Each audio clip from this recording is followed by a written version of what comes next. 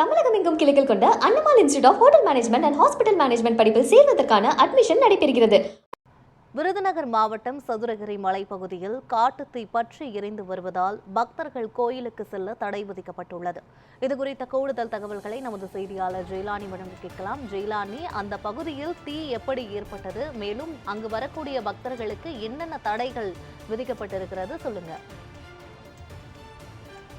யுவராணி, விருதுநகர் மாவட்டம் வத்திராயிருப்பு மேற்கு தொடர்ச்சி மலைப்பகுதி என்பது ஸ்ரீவில்லிபுத்தூர் மேகமலை புலிகள் காப்பகமாக செயல்பட்டு வருகிறது.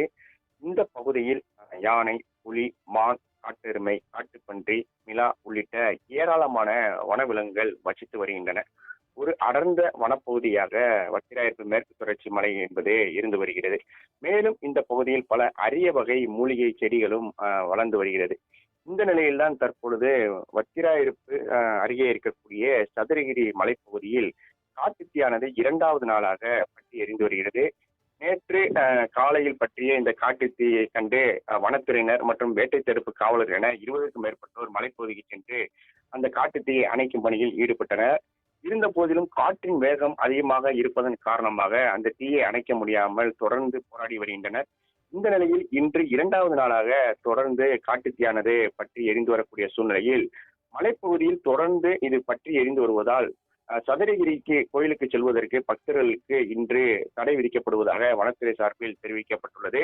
இதனையடுத்து இன்று தமிழகத்தின் பல்வேறு பகுதியிலிருந்து வருகின்ற நூற்றுக்கணக்கான பக்தர்கள் கோயிலுக்கு செல்ல முடியாமல் ஏமாற்றத்துடனே அடிவாரத்தில் காத்திருக்க வேண்டிய நிலை என்பது இருந்து வருகிறது.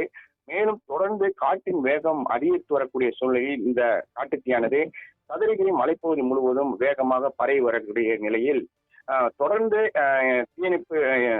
வனத்துறையினர் தீயை அணைக்கும் பணியில் ஈடுபட்டு வருவதாகவும் விரைவில் தீயை கட்டுக்குள் கொண்டு வரப்படும் எனவும் வனத்துறை சார்பில் தெரிவிக்கப்பட்டுள்ளது.